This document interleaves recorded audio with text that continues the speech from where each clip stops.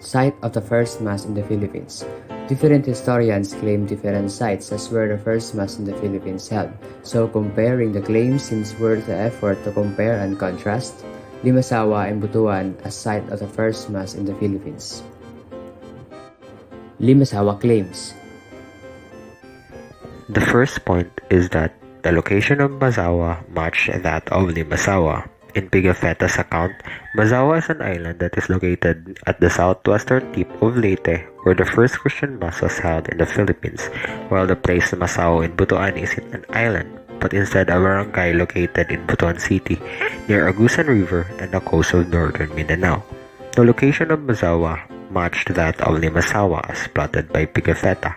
The calculation of the distances between Homonhon and Limasawa, between Limasawa and Cebu as measured by pro-Limasawa party corresponds or approximates the distance between Homonhon and Mazawa and between Mazawa and Cebu to the delineations made by Pigafetta.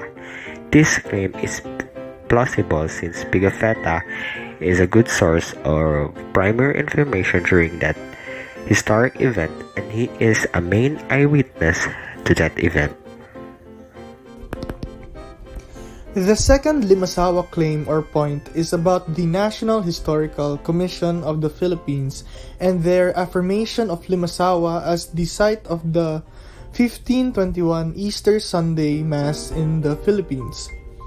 The claim or point is plausible because on July 15, 2020, the recommendation of the panel of historians was adopted, which was that the 1521 Easter Sunday Mass in the Philippines took place in Limasawa, which now is located at southern Leyte.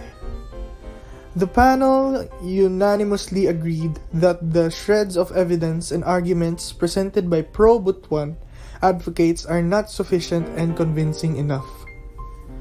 The NHCP reaffirmed Limasawa's status as the site of the 1521 Easter Sunday Mass in the country, and the pro-Limasawa groups used the accounts written by Antonio Pigafetta. Third point. According to Gomez, he found in Pigafetta's account that he neglected to mention some points of the journey where the masses were carried. During their journey to the west, Pigafetta mentioned a mass held on Palm Sunday but never mentioned Easter Sunday. When the fleet arrived in the Philippines, the same condition occurred. As Gomez observed, the instance in which Pigafetta had written about the mass had two things in common. Both are held on the shores and there are Filipino natives present. Another passing proof, a document concerning the landing of Magellan's fleet in Suluan or Homonhon and the treaty with the natives.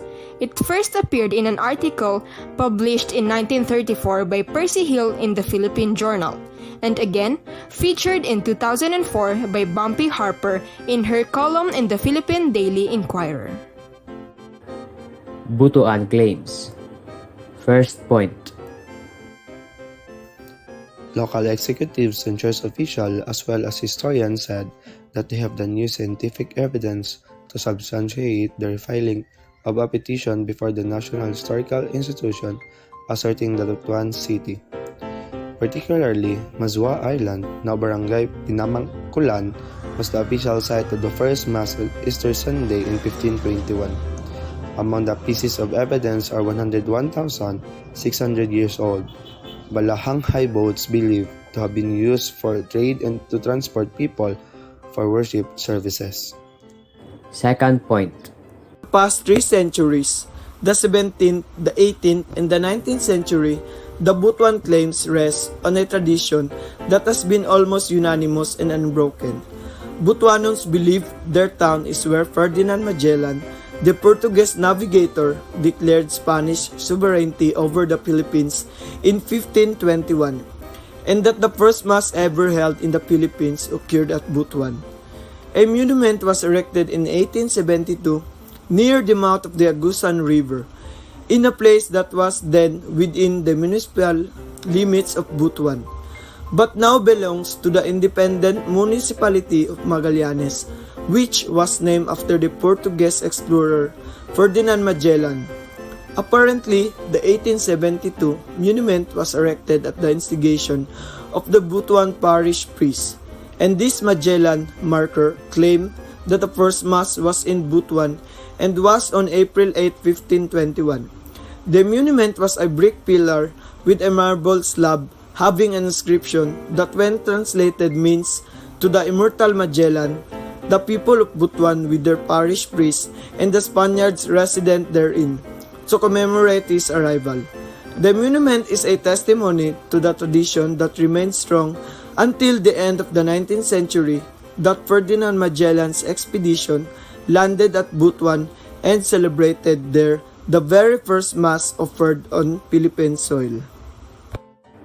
Third point.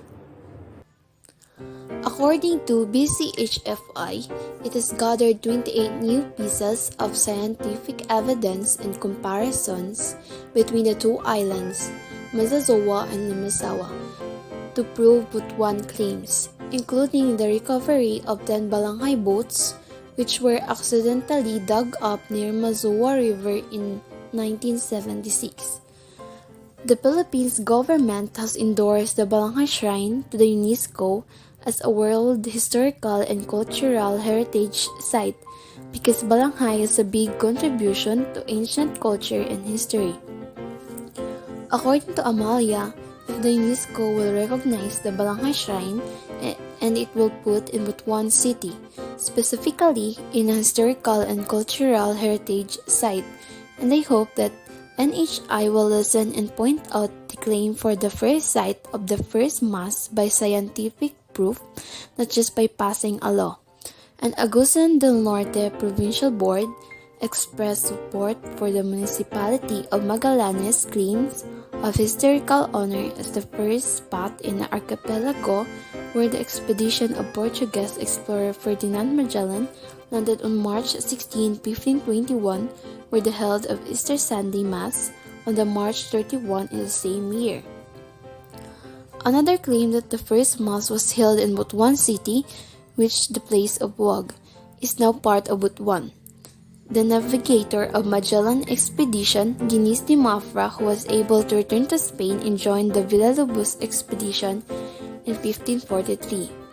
In de Mafra's account, the area was said to be 2,200 to 3,900 hectares, which the description does not fit Limasawa and matches the description and location of Buag.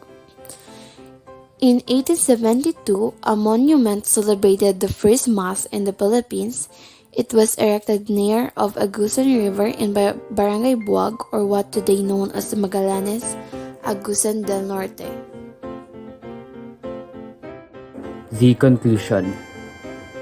The arrival of the Christianity on the coastline of the Philippines is closely linked to the celebration of the First Holy Mass, and both claim to be the site of this historical religious rite in Butuan City and Limasawa, southern Leyte. Currently, after 2 years of analysis, the National Historical Institute, or NHI, has indeed come to a conclusion. In 1996, it reaffirmed the common belief, supported by Republic Act 2733, that on March 31, the first Holy Mass was held on Limasawa Island. The NHI cited Antonio Pigafetta's biography, which chronicled Ferdinand Magellan's expedition, as the only reliable primary source that delivers the best documentation of the celebration of the first Christian Mass on Philippine soil.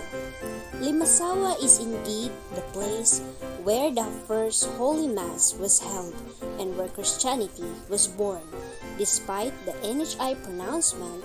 However, this question remains debatable.